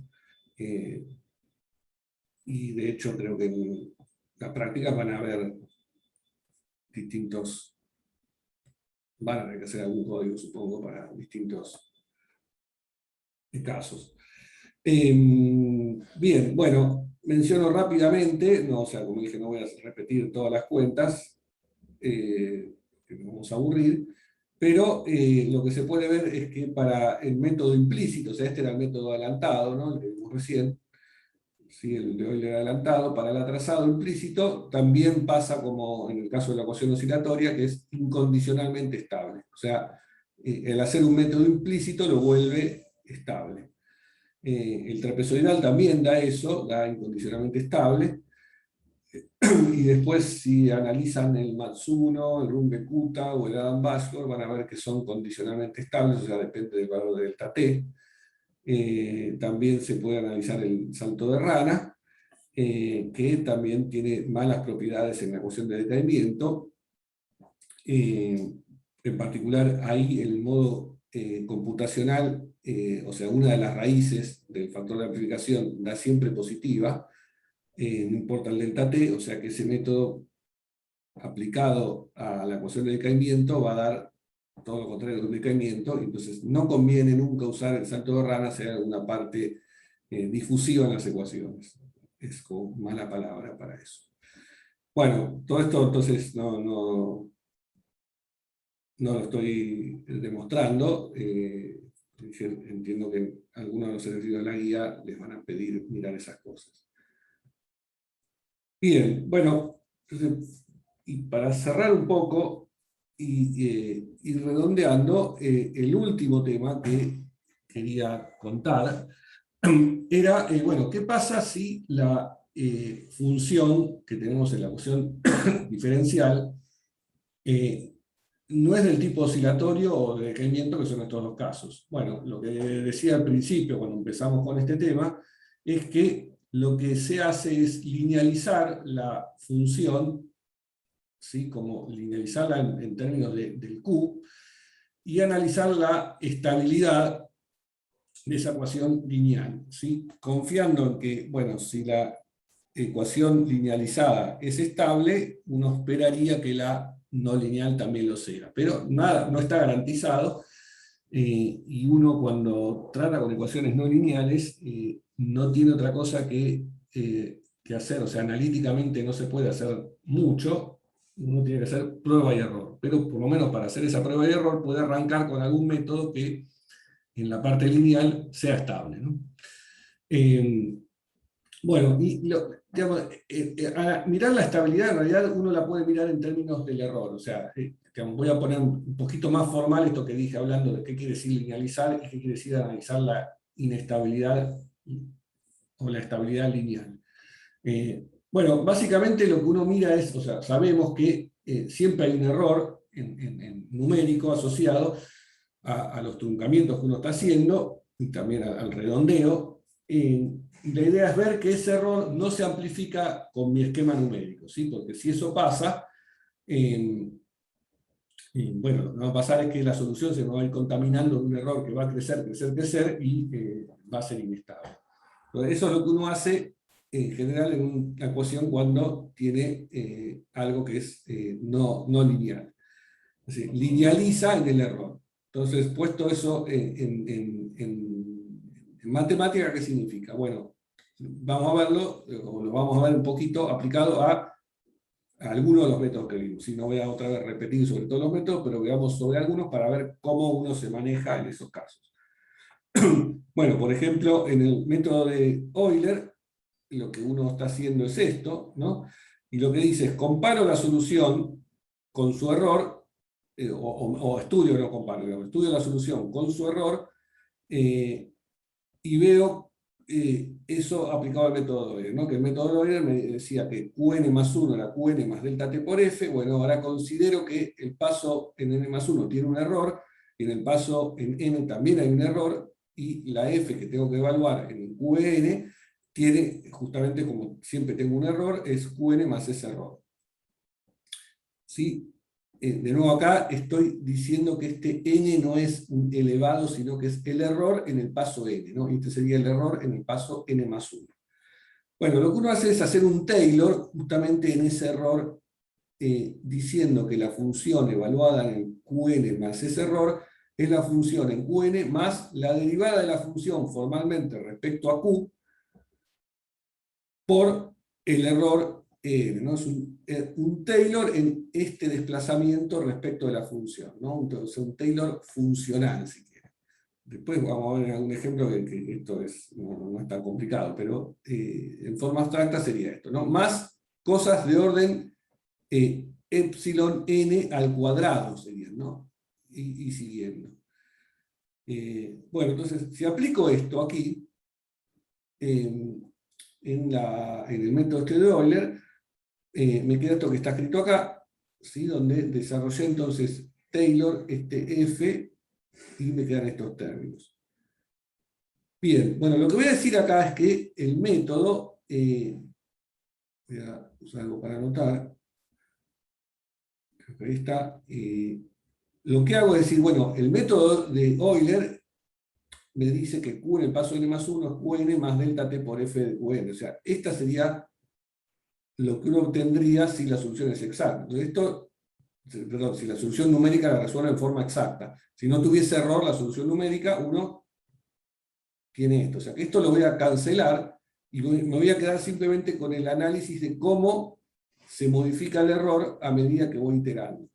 Entonces lo que veo es que el error en el paso n más 1 es este factor por el error en el paso n. Entonces identifico ahora el factor de amplificación asociado a cómo se estabiliza o inestabiliza el error. Y en lambda entonces me queda 1 más delta t por esta derivada funcional de lo que tenía del lado derecho de la ecuación diferencial respecto a Q. ¿Sí? Bueno, este es entonces lo que sería el factor de amplificación que uno tiene que calcular cuando la ecuación diferencial que tiene es no lineal, o sea, la f es no lineal, en el caso particular del método de Euler, ¿sí? Porque usé acá que estaba aplicando el método de Euler, ¿no? Y me quedó esto. Bien, bueno, veamos si eso... me quedó esa cosa ahí, fea, porque no la borré. Ahí está. Veamos si esto funciona para los métodos que ya vimos, ¿no? O sea, esto es en general para cualquier f, así que debería funcionar para los que ya vimos. Bueno, por ejemplo, si f es la de decaimiento, de f a de q, es fácil de hacerlo, es menos 1 sobre tau, ¿sí? Esa sería la derivada de f funcionalmente respecto a q, o q pensado como variable, eso es lo que hago cuando derivo respecto a q. Entonces me queda este 1 menos delta t sobre tau para la ecuación de decaimiento con el método de Euler. Y lo que veo es que el módulo de esto va a ser menor o igual que 1 si delta t es menor que 2 tau, que es lo que habíamos visto antes, ¿no? O sea, el factor de amplificación ya me queda lo que habíamos visto antes en el caso de decaimiento, lo repaso hasta acá, es esto. O sea, ahí funcionó bien. Y lo mismo pasa con la ecuación de oscilación, que f es i omega q, o sea que df a de q es i omega, y entonces el factor de amplificación me queda lo mismo que antes vimos para el método de Euler, que es lambda al cuadrado de esto, que daba incondicionalmente inestable, ¿no? O sea que este factor de amplificación aplicado para el método de Euler, ¿sí?, aplicado a los dos casos que conocemos, funcionó. Bueno, si uno tiene una F más complicada ahora del lado derecho, lo que tiene que hacer es esto, para ver, esto sería un análisis de estabilidad lineal del método de Euler.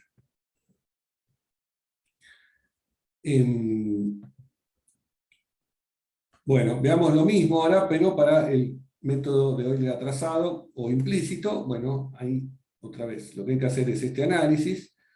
Recordemos que el método de Euler atrasado, la función había que evaluarla en el paso siguiente, pero uno vuelve a hacer un Taylor ahí de esta función, desarrolla esto en Taylor, ahora usando como desplazamiento este error epsilon en el paso n+1.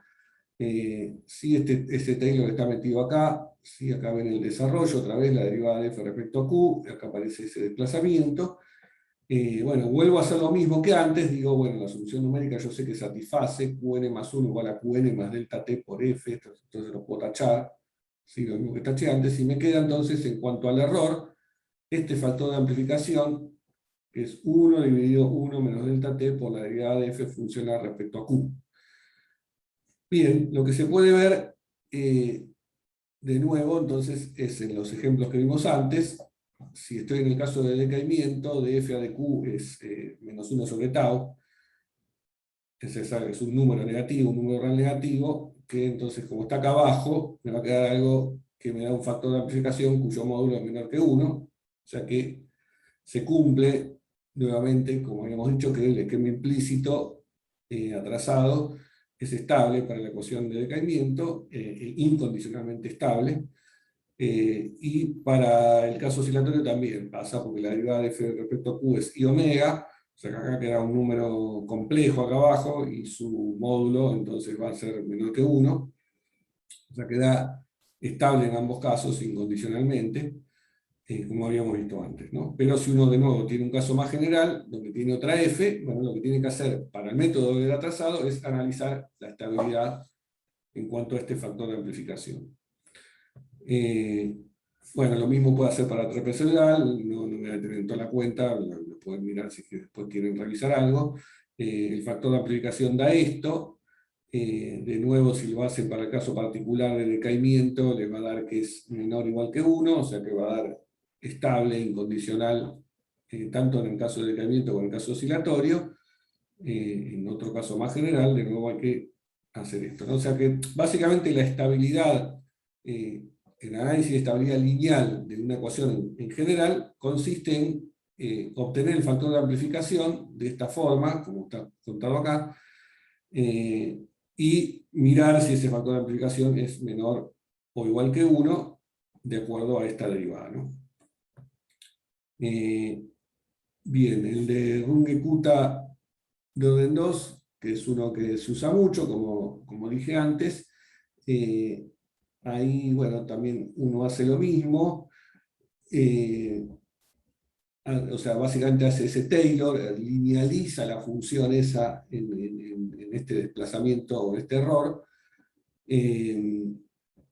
Acá tiene que hacer dos veces eso, porque primero en el paso predictor hay que evaluar la f desplazada, y después en el paso corrector también. Entonces uno tiene que hacer eso dos veces. Bueno, si lo hace con cuidado, lo que obtiene es esto que está escrito acá.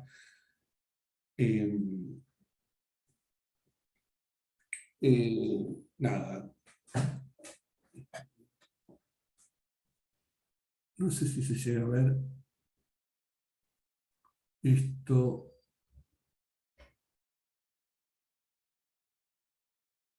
Sí, claro, acá está escrito completo el Runge-Kutta de orden 2, donde la f ya estoy poniendo que la tengo que evaluar en el paso intermedio, o sea, Qn más epsilon n delta t sobre, que es el paso intermedio, es este que está escrito acá arriba, ¿no? Y entonces hago Taylor primero, Taylor en esto, usando como desplazamiento el epsilon n. Entonces me queda f evaluada en qn más delta t sobre 2, f de esto, más la derivada de f respecto a q. Y acá esto es un por, que acá por el desplazamiento, que es epsilon n más delta t por esto. ¿Sí? Donde acá hice el Taylor de este también, ¿no? Porque esto es f en qn más la derivada de f respecto a q epsilon n.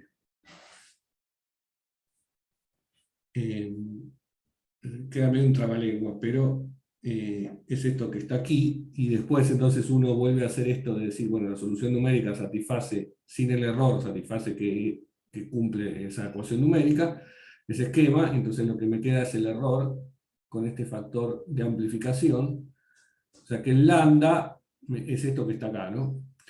Donde se puede escribir en forma compacta así, este alfa es delta t por df a de q, que es este factor que aparece acá, o sea que el lambda queda esta presión cuadrática, y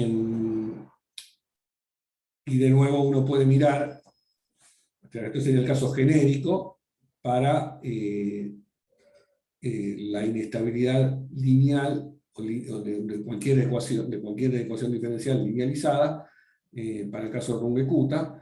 Si me fijo en el caso oscilatorio, como vimos antes, y haciendo esto, viendo que df a de q es i omega, lo que me queda es el mismo factor de amplificación que habíamos visto antes, ¿no? Que era incondicionalmente inestable, pero controlado, ¿sí?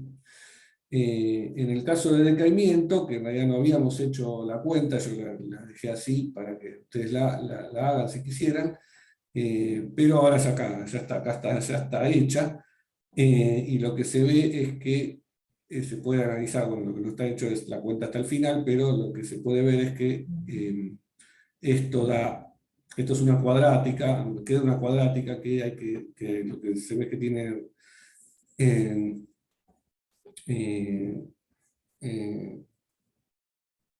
que siempre da el mismo signo, digamos, que las raíces son imaginarias, eso va a pasar, y entonces este método lo que va a dar es estable condicionalmente si el delta t es menor que 2 tau. Es decir, el Runge-Kutta aplicado a decaimiento da condicionalmente estable. Sí, a diferencia del Runge-Kutta aplicado al oscilatorio, que era incondicionalmente inestable. Bien, bueno, entonces esto sería lo que uno debería hacer en una ecuación diferencial general. Si quiere analizar la estabilidad, es ir en particular para cada método y mirar cómo se comporta ese factor de amplificación en cuanto al error. ¿Qué iba a decir? Bueno, hay después una cuestión que tiene que ver, una cosa que se llaman las regiones de estabilidad, que es mirar, es mirar el lambda en qué regiones su módulo es menor o igual que 1, como número complejo. Esas regiones eso está mencionado en el libro de Trefethen, y también en el apunte Mauro creo que puso algunos ejemplos. Nada, no voy a hablar mucho más de eso, simplemente contarles que eso tiene que ver con mirar las regiones en donde el módulo lambda sea menor o igual que 1, aplicado a la ecuación de decaimiento, o sea linealizando en general la ecuación que uno tiene, y aplicado a la ecuación de decaimiento. Bueno, con esto creo que tenemos todo el panorama de lo que vamos a necesitar para la estabilidad de métodos. Como dije, ustedes recién van a empezar a ver estas cosas y los métodos temporales en la práctica en la próxima clase. Así que yo aquí voy a detenerme para no avanzar más demasiado. El jueves próximo sí seguimos vamos a empezar a ver ya ecuaciones en derivadas parciales, que la primera de todas que vamos a estudiar es la parabólica. Así que nada, hoy terminamos antes. Si tienen alguna pregunta de algo, eh, como dije, después subo el PDF de esta clase.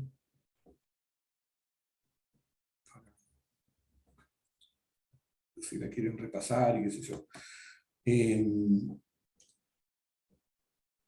Disculpen un poco, a veces hay notaciones que no estamos siendo del todo simétricos con las prácticas, pero creo que se entiende todo. En particular en la notación que va a usar Mauro es más parecida a la del Trefeten, no sé, son tonterías, ¿no? En vez de T usan K, y en vez de Q usan I, pero el resto es todo lo mismo. Si uno entendió, no se tiene por qué poner molesto con eso. La guía está más por el lado de la anotación que va a usar Mauro, así que es la que va a contar más. Bueno, voy a dejar de compartir pantalla.